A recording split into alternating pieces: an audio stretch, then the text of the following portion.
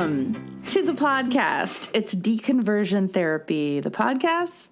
This is Bonnie, and over there in Tennessee is Karen with normal hair, and I just need to quickly, steal this from you. What a shock. Yeah. And say that when we got on Zoom and I saw you and your Gwen Shamblin Lara hair, she has it all teased up just like Gwen Shamblin did. And I laughed and laughed and laughed. And unfortunately, not only did we not have record set, but she didn't have her hookup to hear a genuine laugh out of my mouth. From now on, it's just air like usual. But there's a I did laugh. it all for you, obviously. And a little bit for me, because I will not lie. If I could have my hair high like this, I might, if it were socially acceptable, I'd be excited. Okay. Because it adds volume to my round pie face. See, and we're going to get into that. Your round pie face, which you don't have. But we're going to get into the hair maneuvers of Gwen Shamblin. Yeah, so that's the topic, just in case you're not reading what the topic is on your thing that catches podcasts.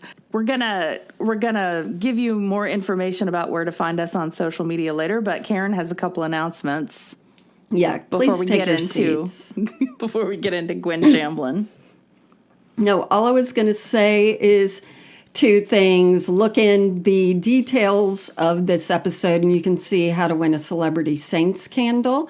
And there aren't a lot of people entered right now, so your chances are good. And then also, I hadn't told you this, but an organization that I really like is Black Nonbelievers. And it's an organization, obviously, that helps promote, educate, support, especially in America, Black nonbelievers. And statistics just came out about how many of them hide that fact because they're going to be ostracized from family and the community. Family. Exactly. Mm-hmm. It's so much more cultural than it is for us, palm-colored people. But also, there is a higher rate of depression. So they are doing a fundraiser right now. We went ahead and donated in the name of this podcast because our great sponsors and people who believe in us are so great that, we wanted to pass it on to people who suffer more mentally. So go find them, look them up, blacknonbelievers.org. I like that idea. It's I like when people do things. Like you and I, we don't really do anything. I mean, you fluffed your hair, but we don't do anything. Well, I like the whole idea that if you're so enmeshed in family, getting together, having dinner, just talking and relating, and you can't get the church out of that. No, exactly. Yeah. Well, you want to get into talking about Gwen? I would love to talk about Gwen.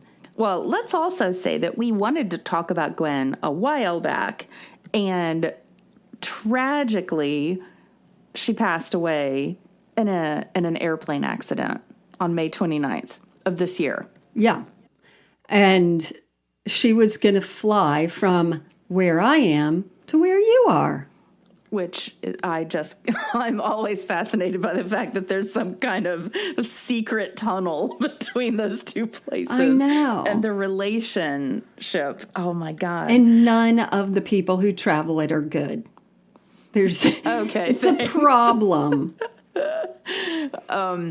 But we were always fascinated by her because she leads a big church near you. Mm-hmm. I think we talked about her briefly one time when we were talking about different leaders of churches and she's got a very, very specific, how do you say it? Look?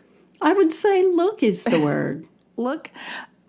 Most recently, in maybe the last 5 or 6 years, I don't know how many really, she's got her hair and it's blonde, like bleach blonde looking, and it's super teased up.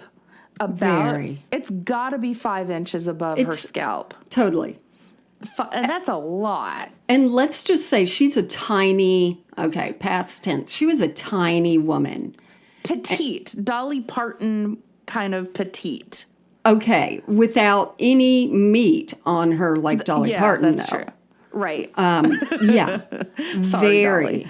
And because we're going to get into diet culture, because that's what that's how she started and what she did. Even the last few years, you could tell that she was losing even more like muscle tone and everything. So she was super skinny.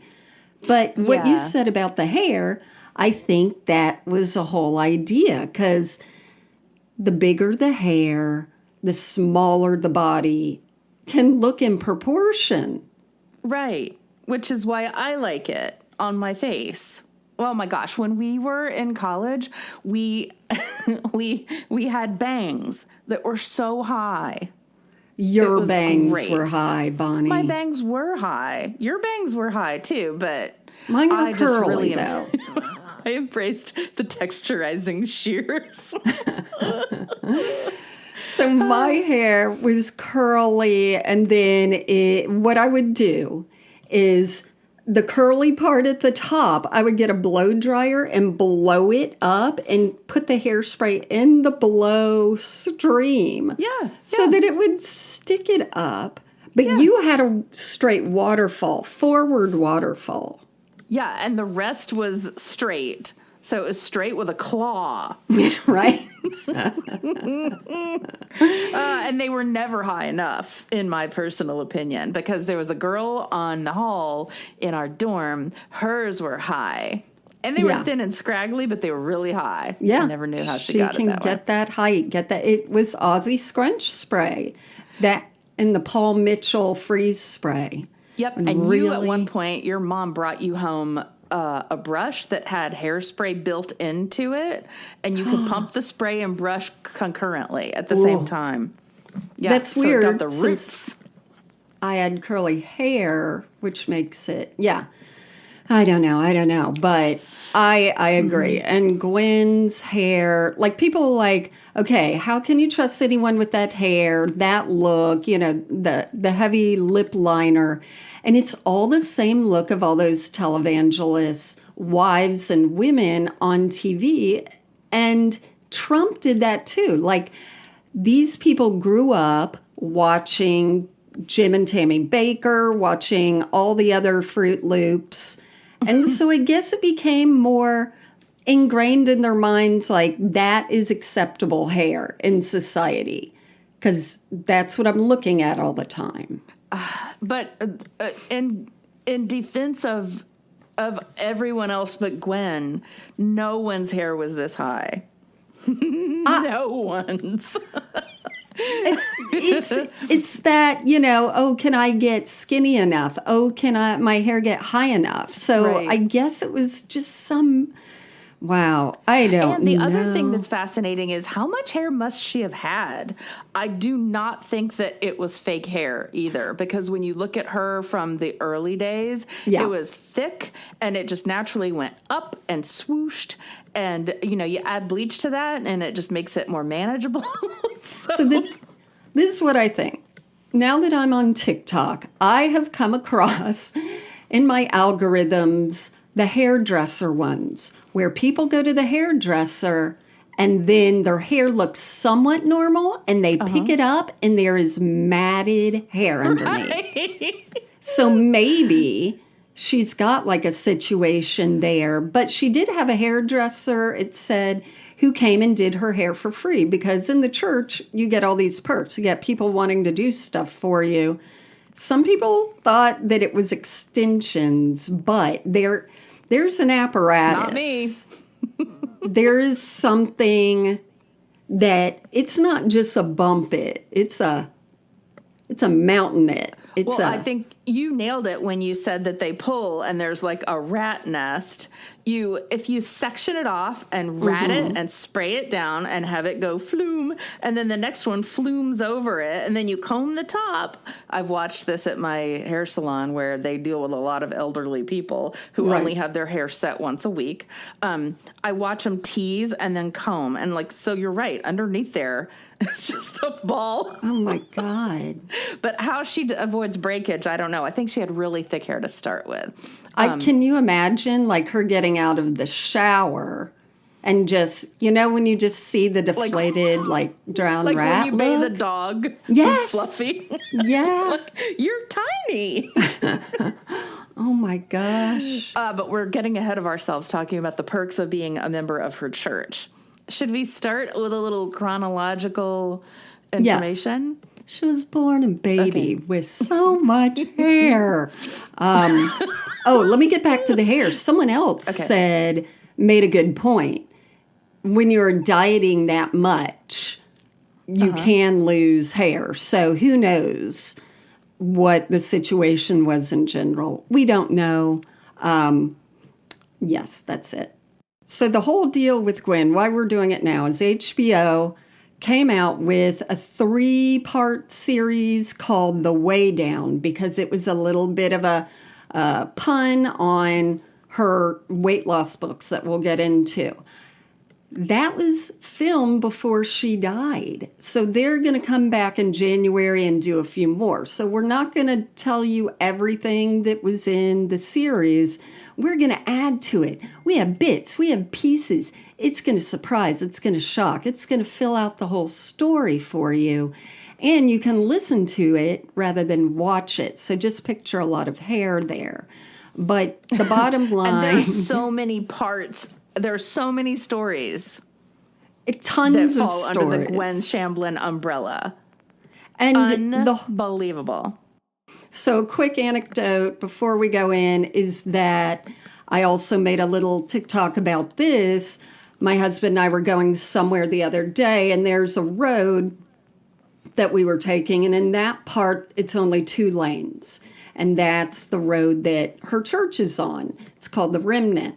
And we were driving by, and I'm like, pull in. And of course, he's like, oh no. I'm like, just do it. So we pull in, and it's a windy driveway. But before you even get there, because it was the first Sunday since the HBO special was released, there was a tent with 2 men sitting in lawn chairs. Yep. And they waved, and then I said, turn around, because my husband was like, I'm not about this life. And so we turned around, but I said, stop, I want to get a video or a picture. And he's like, okay. So I pretended I was doing something in our truck. We don't own a truck, in our trunk. And I just couldn't get any good stuff. So anyway, but on the way on that, kick you off the property. No, we didn't get to talk to each other. We weren't that close at all. Okay. The interesting part is that less than a mile from there, as we were headed there, there's a billboard that I never noticed. Doesn't mean that it wasn't always there, but it was advertising the HBO show. So everyone going to that church has to come across that.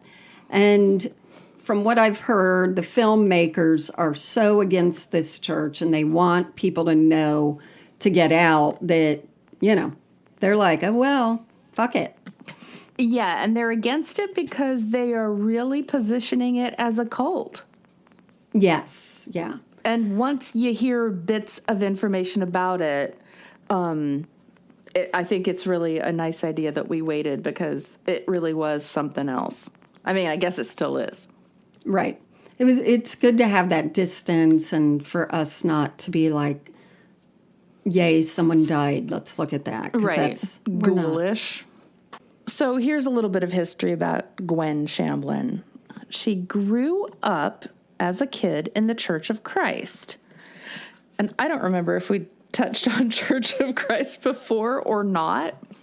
But in their church, the women aren't even allowed to speak. in the church. So they're certainly not leaders. So Right. she grew up in a very repressed dynamic. And they weren't allowed to have instruments in the church. I remember that. Just the instrument of their dulcet tones of voice. So she didn't venture far from home. No, she and didn't. her voice, which you get to hear a lot of in this documentary, she's got this southern accent where some words are turned from one syllable words into three. Like she's constantly referring to Jesus or God as him, but it's him. Right? Him. So she didn't venture far from home and went to college at University of Tennessee. Go Vols. Yeah. Rocky Top. Rocky Top? You'll always Yeah, be that's home, their sweet thing. home to me. Yeah, they sing that. They swing things around, and my daughter went there. Yes. I'm sure there's a specific thing they swing around. They swing their hair extensions. Woo! So at University of Tennessee, which is a while ago, it's impressive that she went there after growing up in a church where women weren't allowed to speak, and she studied nutrition. Yeah, I heard that not only did she go to UT, but she got a master's degree and that from Memphis State University. And then she was like a consultant on the faculty there for 5 years. So, I mean, she had like a real career in the whole, this is what you should eat, this is not what you should eat. Yeah, and somewhere along the line, it struck her that the idea that she was going to talk about in her weight control workshops was really similar to what we're talking about these days called intuitive eating. And it makes sense. And she said she was trying to figure out how thin people ate. And it's so sadly, pitifully obvious. Oh, eat when you're hungry. That's it. Yes. Only eat when you're hungry and pay attention to your body's cues and signals, which I can tell you go away if you eat too much. Right. They just, all of a sudden you're like, am I ever hungry? No, I'm just eating for sport. So different from the workshops that they talk about these days with intuitive eating, where you listen to your body cues. I heard her at one point say, only eat when your stomach's growling. And I'm sure she said in with an apostrophe. Yeah. Which is different for different people just because of the mechanisms of our stomachs. Yeah. Yeah. Mine would always do it in second period in high school. So... There was a girl in I want to say it was second or third period. I would look over and she had already cracked into her lunch. That was me. I'd be so embarrassed. It's like, but I guess I was holy. Whatever. You were holy. And the same way when I get home, if I haven't eaten, if lunch was a long time ago, I will get home and I'll be blinking and like so twitchy. And I'm like, I don't necessarily feel hungry, but boy, are my eyes telling me blink, blink, twitch, that I am. So that was like the nugget that started the whole thing. Right. The weight conversation. And it's fascinating because I also read that, so she's combining God and Jesus and food and all that. And it's interesting how she said, and if you, feel tempted when you're not hungry to eat something, focus on God, focus on Jesus. So what you're doing is you're taking your focus, which... Let's admit it, it's all of us. We're all already thinking what's for lunch, what's for dinner, because we have to do preparations and stuff. But she said, focus on God and Jesus at those times. So it really is a good mind trick, but you could do that with anything. You could be like, focus on John Taylor from Duran Duran. Like it's anything that Where's gets that you... gathering? Who knows? Yeah. My house, 10 o'clock. One person. But the idea of, focusing on something else to get you past that it's not genius, but it's a good method. Well, guess what else? It's not really that new of a concept, because when people fast in religions, that's the whole idea. Oh, you feel hungry? That's the time that you're supposed to be thinking about God. Yeah. So she just took some nice concepts from various places, married them together, and came up with this way down workshop. And it was a marrying of the whole God component and the dieting component. And she said, eat whatever you want, just only eat when you're physically hungry, which is a lovely way to exist. And I know some normal people like that. And I'm so I don't get envious. You don't get it? I don't either. Like, how can you not want crap all the time? But that's my personal trauma. Anyway, this way down workshop ended up taking off. And then by like 95, which is a lot of time later, this program was in over 1,000 U.S. churches and in Europe. And that's the third component. So you had God, you had her diet background, but you also had desperate people. And mostly desperate women, and feeling bad about themselves, trying to understand love, acceptance, which you hear a lot about in the church in general. So and you probably didn't talk about it as much as we talk about things today. So I suspect it was very much on the surface of like, here's what you need to do to lose weight. Here's what you do when you're hungry. And she said she wanted to tell people instead, when you're going to the refrigerator, instead of worshiping the refrigerator, worship God. Yeah, and I heard that she also never touted nutritious foods. It was diet soda, and there wasn't anything about fruits and vegetables or this and that. It was more the amount. It's what I have a new concept. It's called portion control. That's my new thing. But she was just doing that without any of the nutrients, any of all that.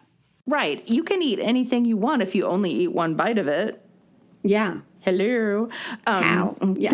When you said the Diet Coke thing, I will bust into a little bit of what was in the documentary. They were showing these kids and a family eating, and they had a Diet Coke with them. Oh, really? Meanwhile, they're eating piles of food and pouring ketchup on everything. But somehow it always cracks me up how the Diet Coke, makes everything fine. That makes me go, did you really have a master's in diet and nutrition? Right. Or are you just saying, I want to make money, and this will get people to lose weight quickly, and then I'll sell more books and classes? Yeah. Or, and you're not going to like this, did she really believe that it was a message from God? And I think that might have been. Bonnie, remember, we hear from God what we want God to say. And for her, it's you're special. This is your mission. You're going to help so many people. People are going to be freed. And, you're going to be the center of attention in one way or another. Yeah. And if you think of the idea that what we know about nutrition changes, like there were years ago, they're like, oh, sugar's bad. And then they were like, no, fat's bad. And now they're back to sugar's bad. She probably realized that things were changing and changed. And so maybe she thought, well, you know what? This is how I see it working. So why wouldn't what she didn't learn in college be legitimate if things changed? So apparently then there were a lot of books she wrote. Yes. And then with that is the workbooks, the tapes. Remember the tapes that would come in like a little vinylish book, and you would pull it open and all the tapes would be like cassette 1, cassette 2. Yeah, that so was that they were in the size Right. And the vinyl thing would be in a size like a coffee table book. Right. So that they could put it in the shelves as though it were a book. Yeah. But it wasn't. But yeah, and some of the ladies in these programs were like, yeah, you couldn't just go to the program. No. You had to buy the book and you had to buy the workbooks. Right. And all the accoutrement that goes with it. And it's like Weight Watchers, which I had done in the past. So you get you're doing the, I lost this much weight. Praise the Lord. You get congratulated or prayed over or whatever. And you need to get the little workbooks to fill out and all that. Yeah. And then when it's combined with God, I mean, I can see the mind fuck of just being like, this is holy. I'm respecting the vessel God gave me. Yeah, and that's what she said is like, this is evidence that God is supporting us. And like, how did she put it? Like, God's on our side, or that we're doing the right thing, or that we're godly. I don't know. Yeah. Or but my hair looks great. Right. But having a number on the scale change that's harder evidence than a lot of miracles. True. And sometimes weight loss is a miracle. And she did a lot of media appearances. Yes, she did. I think she became very popular because people started hearing about her, whether they were Christian or not. And then also I heard a lot of feedback from people who had done her course at their church. Really? And they would bring their daughters. So I heard from a lot of the daughters. And, a lot of it, of course, would end up with disordered eating because, it's a mind fuck all the way around. But I remember the whole Christian diet culture and exercise and all that. Really? I also wanted to say it's one of those things where it's a much more natural feeling community when you mix God with it.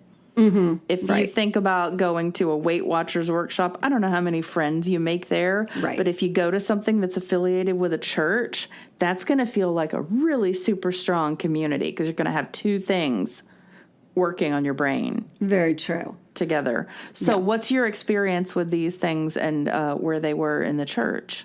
Well, I led one called Karen's Crackin'. No. Okay. Karen's Cracker Barrel Experiment. Yes, Karen's Cracker Barrel Diet.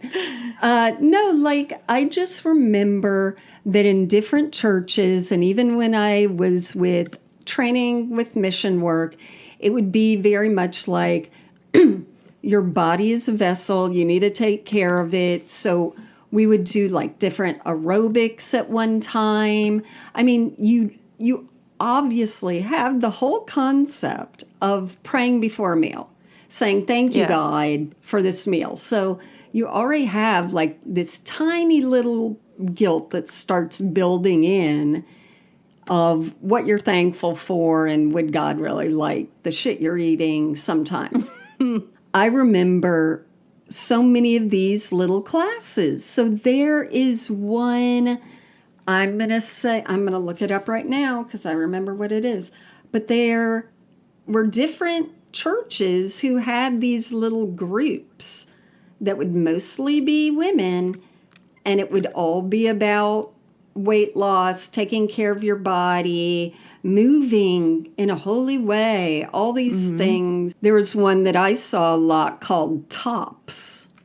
TOPS? Yes. Let me see if I can figure out what it stands for. Terrific, orderly, personable salutations. Right. So I think TOPS... the only words I could come up. I think it was taking off pounds. Okay. And it would be in all these different churches. So it made it like this natural part. Like, okay, you can go to Sunday school. We've got a kids thing. We've got TOPS. And I remember like my friend going to her church and it having that. And I thought, that's weird. That to me is off-campus activity. that is now being brought on campus. So yeah, but it makes sense to take things like that and suck them into the church. So I remember I had to do this terrible thing that I am not going to talk about on like a daily show in Nashville. I was helping out a friend. Okay, here it is. She ran. I'm not going to talk about it. She ran a rental maternity dress store.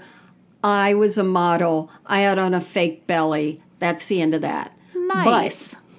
But during that taping, which no one watched, it was like, we're going to have these loser ladies come out and then we're going to make a burrito casserole that, would discount bean products.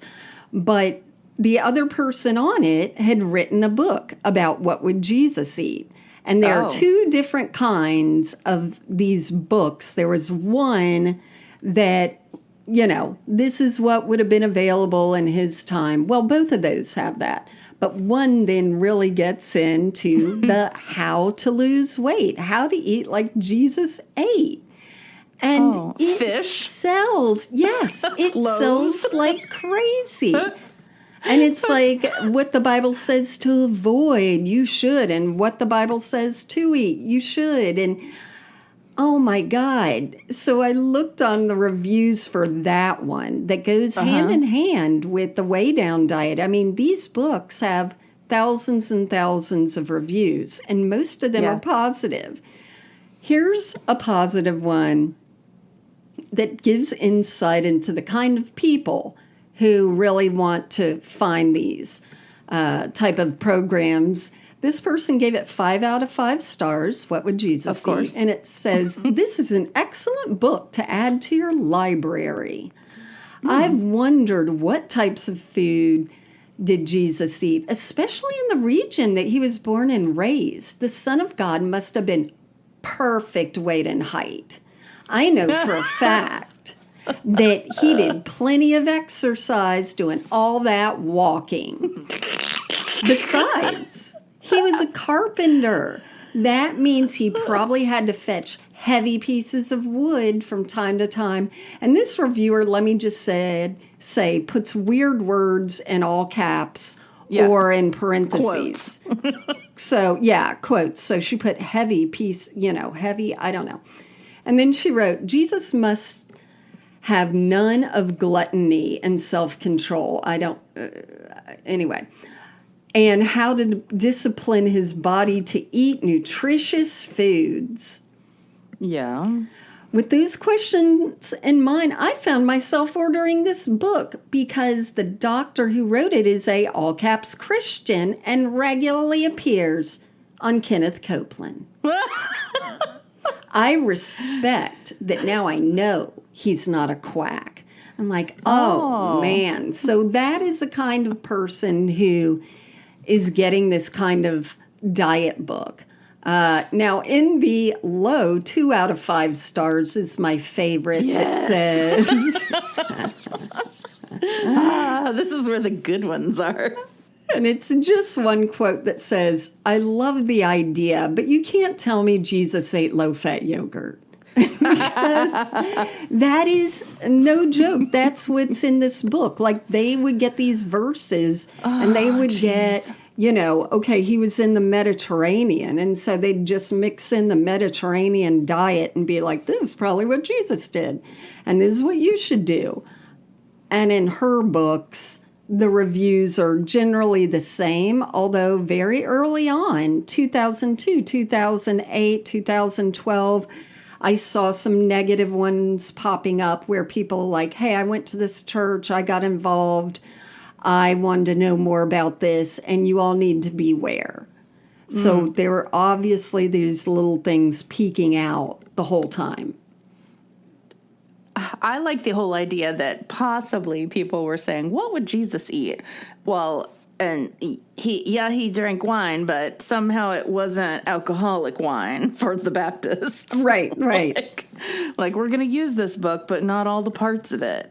And it's all going to be just what we appreciate and what we have a little bit of taste for. But can you imagine just like, all right, let's have more unleavened bread. We can't have figs because he cursed a fig tree. So no fig Newtons. Well, did they even get into the whole cloven foot animals kind of restrictions from the Old Testament? I bet they did. Yeah, I bet they just, they milked all that for what it was worth. But the diet culture with Christianity really did take off in the 80s when she was starting to do it. So I bet she raked in the dough. Unleavened dough. I'm sure. So back to the chronology of events with her. So by 95, this program was in over 1,000 U.S. churches and in Europe. So by 1999, she was convinced that her message was the only way to achieve godliness or the way to God, whatever. And she created the Remnant Fellowship Church. And the Remnant, there's some kind of verse about a remnant of followers. Mm-hmm. Those are going to be the ones who really know what's going on. Exactly. I don't know what verse it is, and I'm not saying that in a biblically smart way, but I remember that word remnant. So, and here we go again with this subset of religion. It's the only way. Right. So she has to sell the whole thing to everybody. Oh, this is the only way.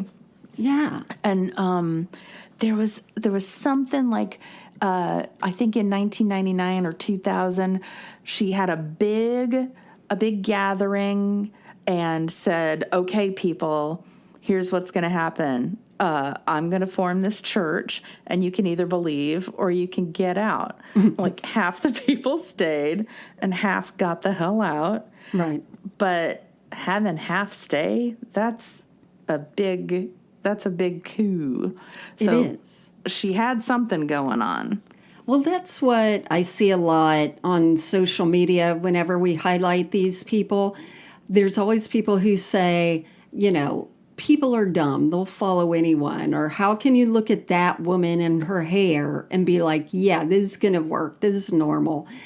And I'm like, it's indoctrination. Like, people need to understand this is a slow process where people are born into religion. They're surrounded by it.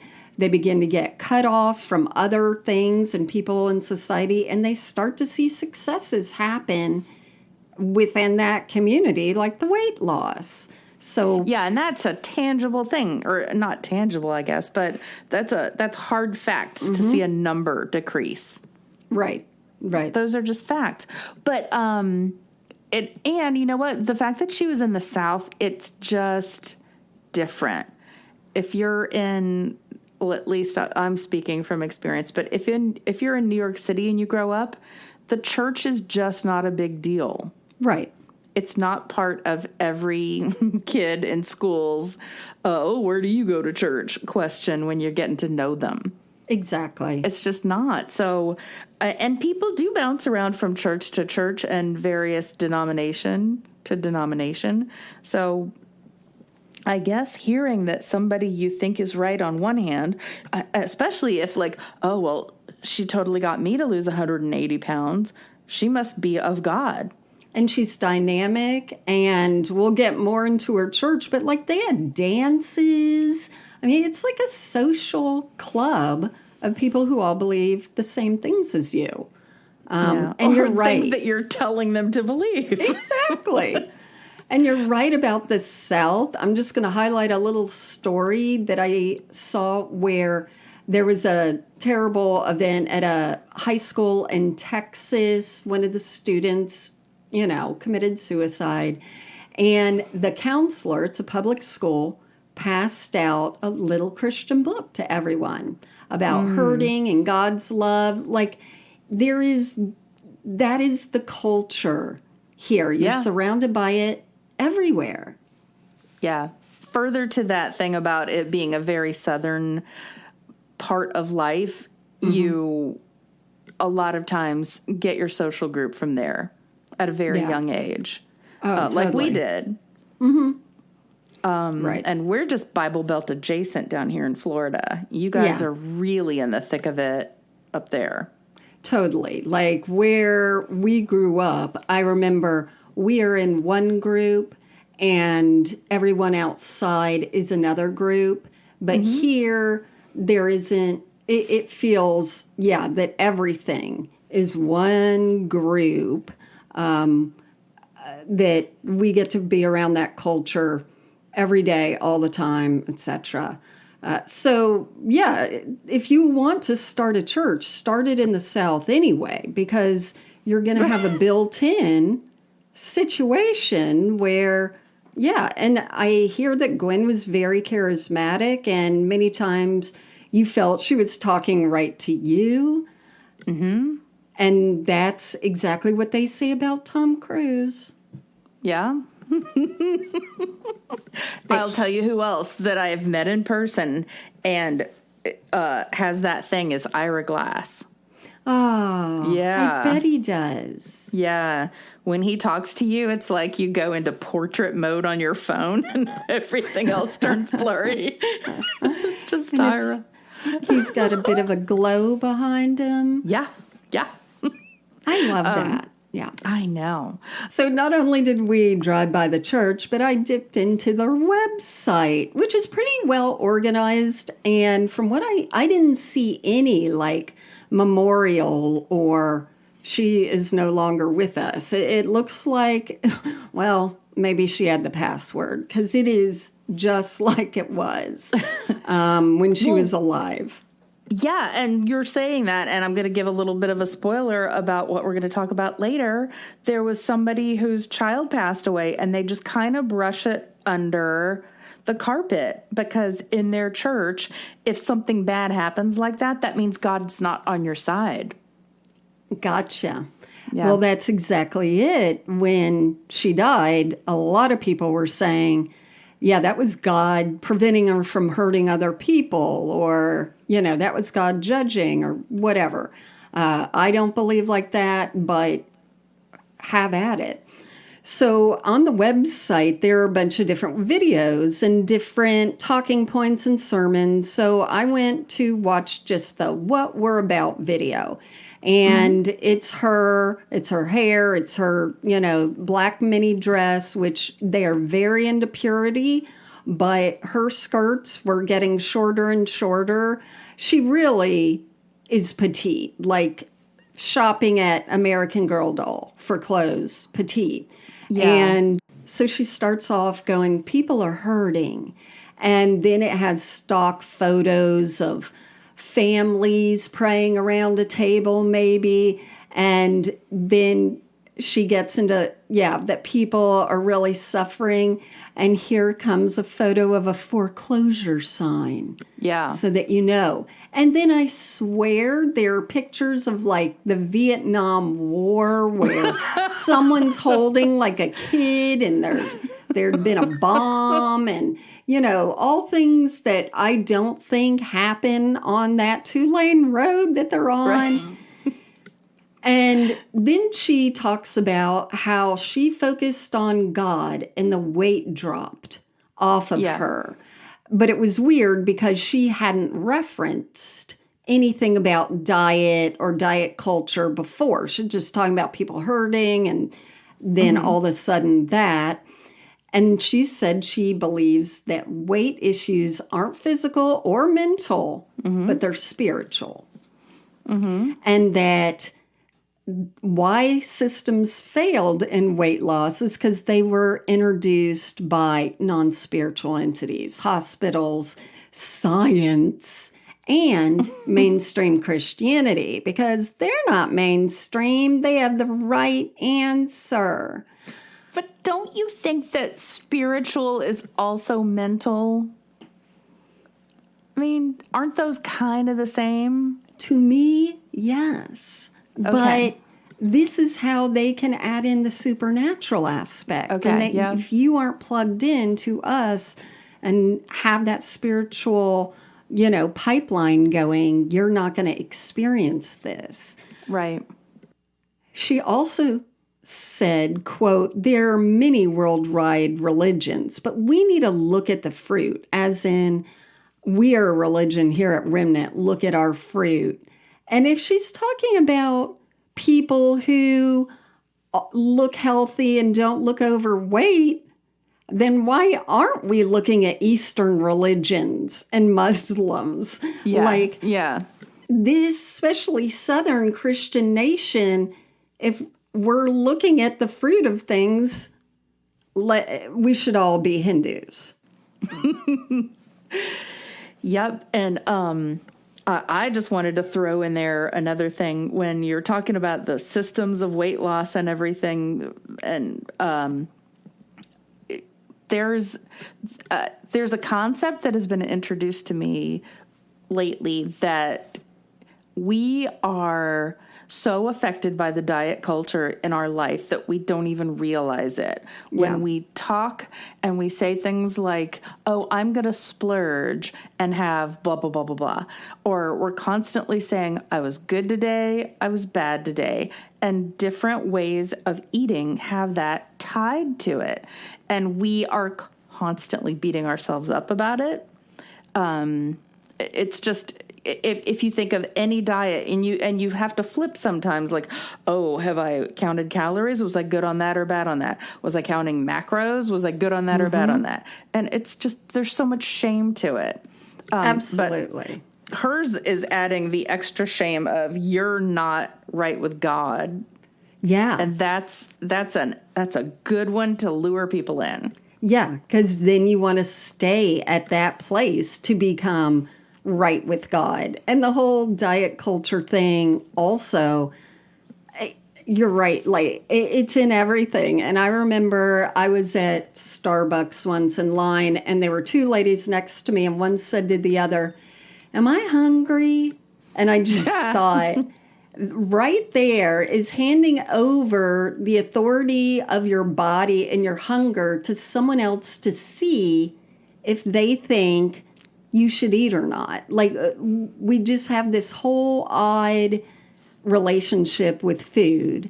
And obviously, diet culture and people who I dislike, like Jillian Michaels, really, ends up making tons of money off of people who are suffering. And to relate it to your spirituality is insane. And not just your spirituality, but ultimately, if you're going to die and go to heaven or hell. Because in your mind, you're like, oh my gosh, if I don't lose this weight, that means I'm not following Jesus, which means I'm going to hell. And the whole idea of, have I lost enough to be spiritual and I'm afraid to go outside? Because what if I get hit by a truck before I've lost that? I mean, it really builds into each other. Yep. You can keep going. So when she, not weight related, but when she formed this church, people were really ticked off at her because somehow she denied the Trinity. Yes. She only focused on God. And if you're of a spiritual or of a Christian background, the Father, the Son, and the Holy Spirit are supposed to be equal. They are the package deal. They are one and the same. They're water, ice, and gas, steam. Yeah. Yeah, but at the same time, they all can't be at the same place as three different things. Because if you melt an ice cube and it turns into water, it's the same molecules. Yeah. And then whoosh. So I don't even pretend to get it. Well, what she said was, there was a conference, a meeting at Nicaea, and they decided a lot of things with the Bible and all that. So her whole concept is that if you look in the Bible and say it's when Jesus is dying and he's like, God, why are you forsaken me? And she's like, how can you be the same person if you are forsaking yourself? So I totally get what she's saying. What she's saying is, let's read and try and make sense of things. Good luck. But she didn't keep reading to realize none of it makes sense, because then the dollars would be gone. But once she did that, that's when people really started going, oh, I think this is a cult because she is promoting and discounting certain things that are just accepted as part of the Christian paradigm. Yeah, and there were people, I remember something in the documentary talking about, like, people writing letters, like, turning her in, like, oh, how can you reject the Trinity? Right. Like, I don't know. Everybody's just trying to figure out these answers and lead a church with that half knowledge. Right. So at one point, when she's doing media appearances about the weight down workshops, she talks about, okay, the logic is if you don't eat, you get thinner. And then she just casually throws out there, when people were in prison camps in the Holocaust and ate less food, they lost weight. All of them. Oh my God. God. Oh no. Oh no. Oh no. And she did that. I think, was that on Larry King, who is Jewish, or was that a different show? I don't remember which show she did it on, but I feel, and you have to kind of feel bad for somebody like that, because she's just talking off the top of her head. It wasn't a wise thing to say. And then in subsequent interviews, they asked her about it, and she starts denying. And then one of her PR handlers literally picked her little tiny body off of the chair, shoved her away from the interviewer, and said, "This is over." Really? Wow. So, oh gosh. And that's it. It's she definitely didn't know what she was talking about in a lot of it. All she could point to was a success. And, right. You know, if you get a group of people together and you meet every week and discuss, we're going to do this, you're going to do that. And you're going to call each other and make sure you're all doing that. So she was all about, look, this proves everything. I think one time she also said that anorexics are so consumed that they don't see that they've become too thin.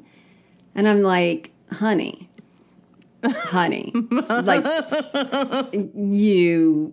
it's obvious that she was definitely later in life getting so thin that we're seeing parts of the body that we don't usually see until an autopsy. Like, it's outlined, and it's pretty spooky. She did have some, this will sound horrible, but she did have some awesome clothes, I thought.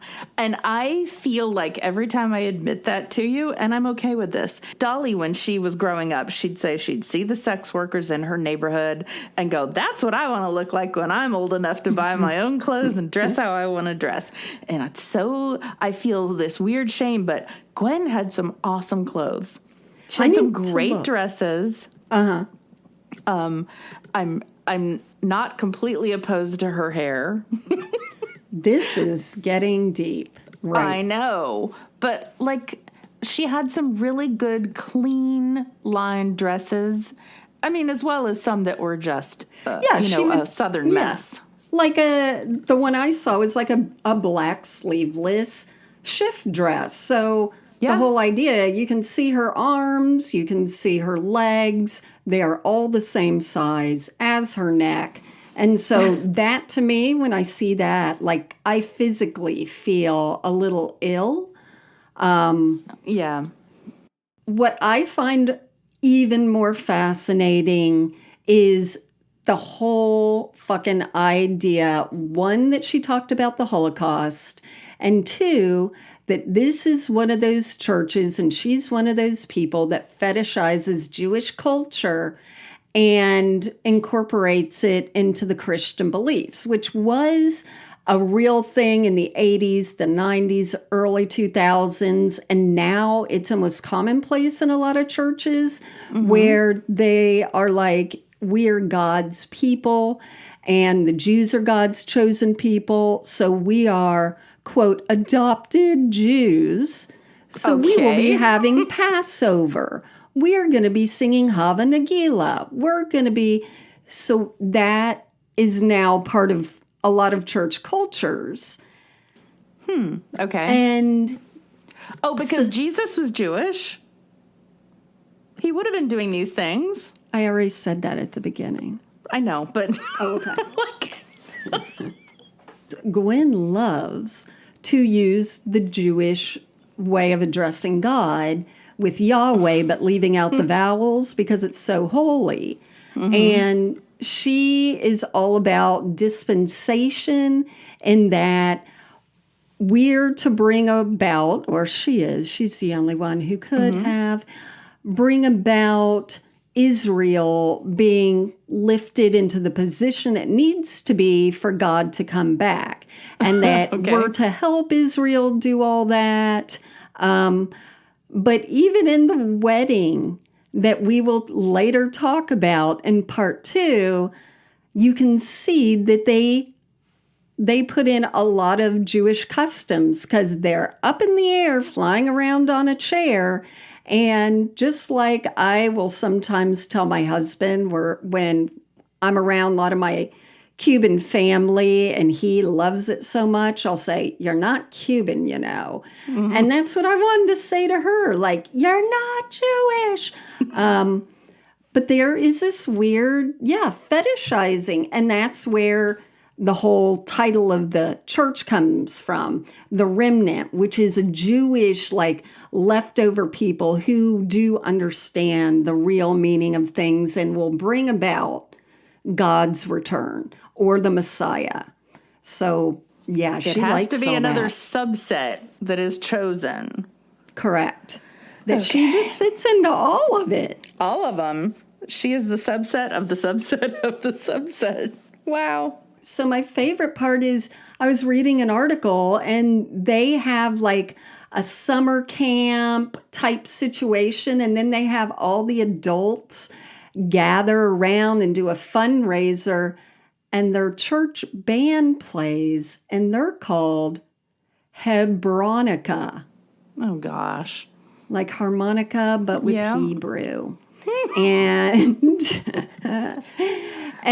they perform the Daughters of Jerusalem dance. And what is that? I assume it would be a dance. Where it would, I'm seeing circles of young girls going, I don't know, in a very swirly type of circle dance. I'm not sure. But it would definitely be things that maybe you would see at a Jewish celebration. So they've gotten all these things and shoved it into their church to be like, look, see, we're just like you, Jesus. I wonder if they were trying to attract the Jewish population for any way to monetize them. I don't think they were totally Jews for Jesus people. I really think they are like, we have a spiritual DNA that is Jewish, so we will be doing Jewish things. If you say God is better than Jesus, maybe you go to the Old Testament for some stuff. Right, yeah. I think, her theology was getting all tangled up in there. And that's why she felt it was okay to talk about the Holocaust, because it happened to her. Stop. I think she wasn't thinking when she said that. You're being nice. Well, I know how quickly people can blurt things out and fuck life up. She didn't have an editor like we do. That's right. So we have so much more to go, but we're going to do that in part 2.